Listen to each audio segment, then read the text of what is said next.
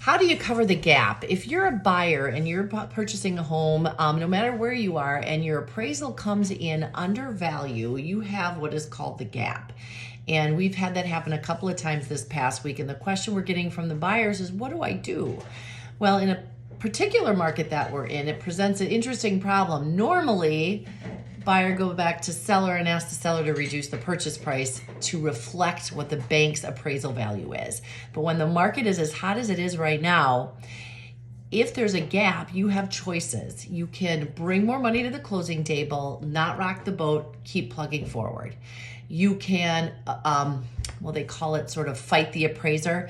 You can give the appraiser a bunch of additional information to try to argue that the appraisal value is too low. It should have been higher, but you have to have a lot of data and facts in order to be able to combat that appraisal. So, for example, if they didn't use homes that were the same square footage, same amount of frontage on a lake, same amenities, if they missed comps that might be right in that neighborhood that closed, that you might be able to say, hey, this gives more value to that property. You might find an appraiser that's willing to do that, but not often, because again, when they have to go back and correct an appraisal, you have to remember they also have to answer to somebody, so they probably get a reflection on their rating every time they have to go back and change something.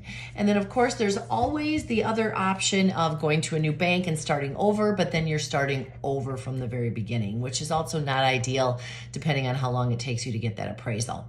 So hopefully this is something that your realtor is talking with you about right at the very beginning when you're making your offer. If you're coming in aggressive over asking price, you may have a realtor on the other end that's going to say, hey, you're going to cover up to 10% of the appraisal gap or 5% of the appraisal gap. And you as a buyer have to know how much cash reserves you have so that you know if you are in a position to do that. And again, if it does come up short, how are you going to handle that? Doesn't mean you can't ask the seller to adjust the purchase price. It's just in this market where there's buyers packed, stacked, and racked and in line oftentimes to buy that property, it does put you in a precarious situation. So again, if we can help guide you through the process and win in negotiations up here in the Northwoods, please give us a call. We would love to assist in any way we can. And again, outside it's 60 degrees up here. It's finally starting to feel like spring. So hopefully we'll see you soon in the Northwoods. Have a great day.